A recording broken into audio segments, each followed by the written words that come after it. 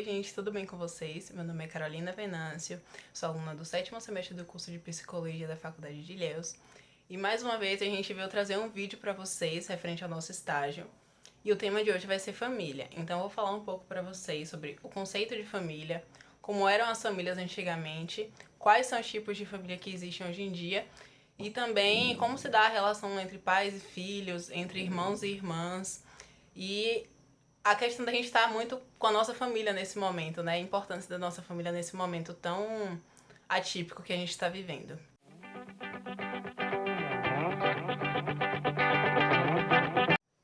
Então, o que é família? Família consiste em um grupo de pessoas que convivem de maneira hierarquizada, ou seja, onde o adulto vai ter um poder sobre a criança, onde os pais eles detêm um certo poder sobre os filhos ou os avós que cuidam dos seus netos, ou seja, essa relação de hierarquia, de poder de uma pessoa sobre outra.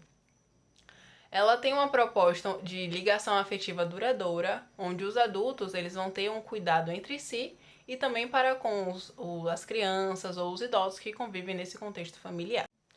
O mundo familiar é um lugar potencialmente produtor de pessoas saudáveis, ou seja, vai ser na família que muitas pessoas irão buscar o suporte, o apoio para enfrentar as adversidades da vida.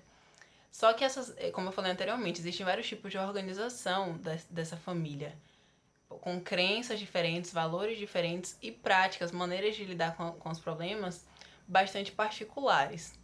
Então eu vou falar um pouco para vocês como eram as famílias antigamente e como foi que se deu o processo histórico dos tipos de família até os dias de hoje.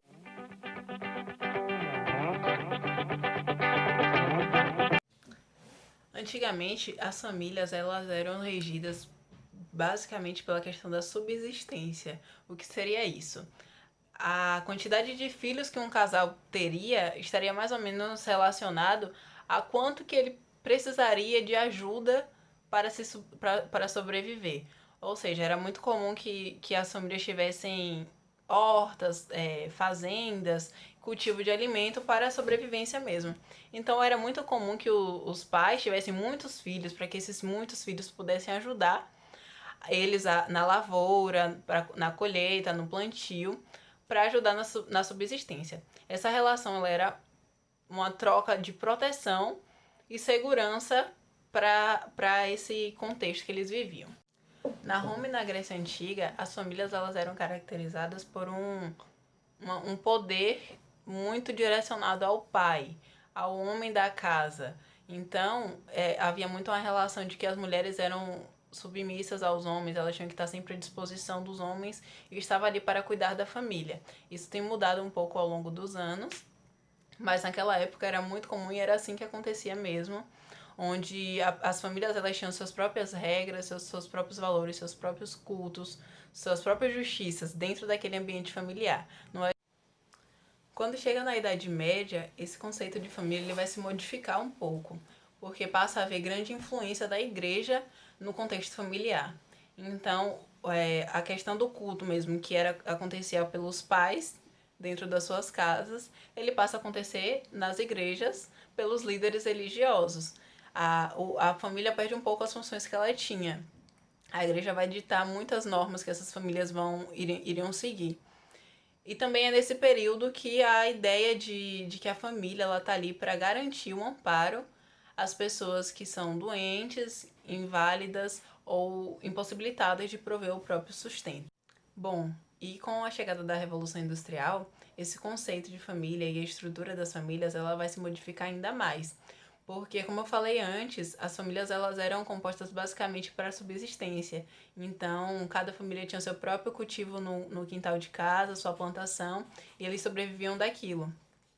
Com a chegada da Revolução Industrial, com a criação de empresas e indústrias, essas famílias elas passam a ter uma responsabilidade econômica e essas pessoas elas vão trabalhar fora de casa, elas vão para as indústrias, elas vão trazer o dinheiro de fora para dentro.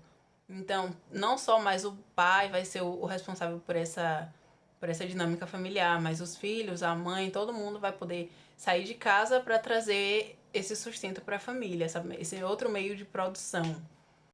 E assim chegamos na família contemporânea, que são os tipos de família que a gente tem nos dias de hoje.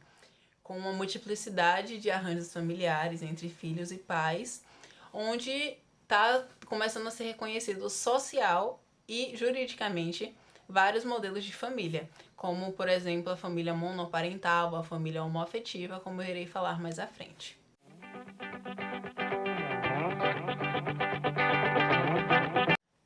Então agora eu vou apresentar para vocês os 5 tipos de família que nós temos nos dias de hoje.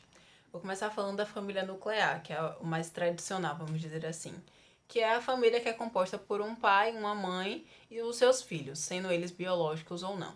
Temos também a família reconstituída ou recomposta, que é aquele tipo de família onde vai haver os filhos biológicos ou não do pai, ou os filhos biológicos da mãe, e eles se juntam e formam uma unidade familiar. Temos também a família monoparental, que é composta por um único pai ou uma única mãe e os seus filhos. Temos também a família homoafetiva, que é composta ou por 2 pais, 2 homens, ou 2 mulheres, com seus filhos biológicos ou não também. E, por último, temos a família interracial ou intercultural. Essa família intercultural ela acontece muito por consequência da imigração e da facilidade de transporte que nós temos nos dias de hoje. Então, pessoas de países diferentes podem se relacionar e a partir disso, formar uma família.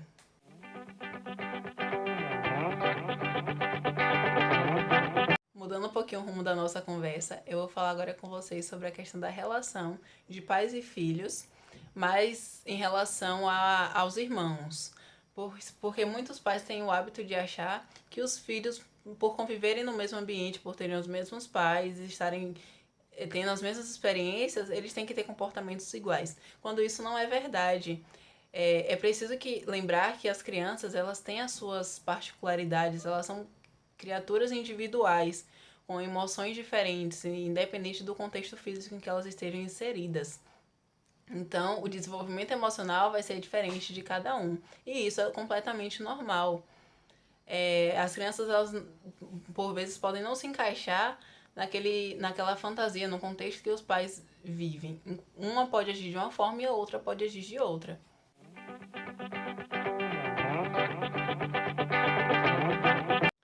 Eu acabei de falar para vocês sobre a questão dos irmãos, como se dá esse processo de desenvolvimento, que ele vai ser muito específico de filho para filho.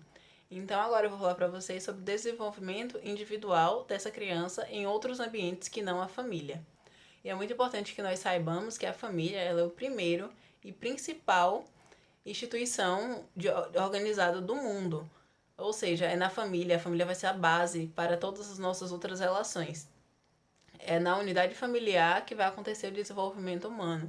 Então, a relação mãe-filho e pai-filho, ela é um referencial muito explicativo para o desenvolvimento emocional da criança.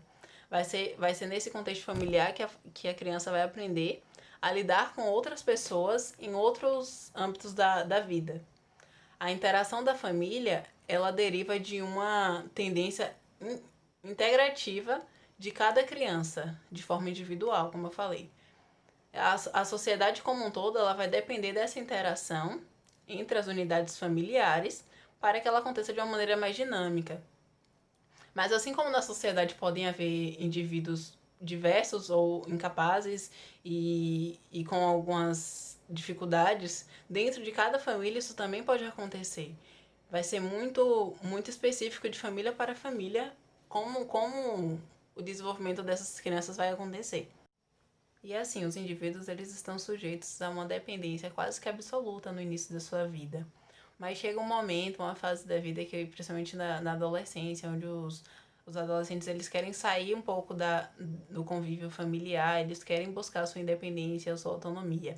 Então essa dependência ela tende a diminuir. E é a partir desse momento que esse jovem ele vai querer criar sua própria identidade e tudo mais. Então cabe à família aceitar esse momento que esse indivíduo vai estar vivendo.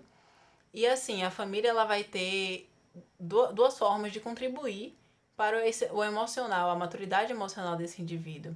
Que uma vai ser dando uma confirmação de que ele pode voltar a qualquer momento, ele pode voltar a ser dependente mesmo daquela relação. E a outra é de que ele permita que esse filho vá para o mundo, vá ter novas relações, saia daquela esfera familiar pequena e possa viver a vida da forma como ele quiser. Então a família vai estar lá, como eu falei desde o início. A família tem que dar esse suporte para esse filho, para que ele consiga se desenvolver emocionalmente bem, para que ele consiga contribuir positivamente na sociedade. Então, gente, esse foi o vídeo dessa semana. Eu espero que vocês tenham entendido um pouco da mensagem que eu quis passar sobre família e explicar um pouco para vocês o que é família, como foi que aconteceram os processos familiares ao longo da história, os tipos de família que nós temos atualmente, que são diversos e talvez apareçam muito mais ao longo da história, daqui a alguns meses ou anos, sobre a relação entre os irmãos, o desenvolvimento individual dos filhos, e que tudo isso possa contribuir para que vocês tenham um convívio familiar muito melhor, principalmente no momento que a gente está vivendo. E nós estaremos trazendo um vídeo, uma oficina para vocês realizarem com a família de vocês. E até mais.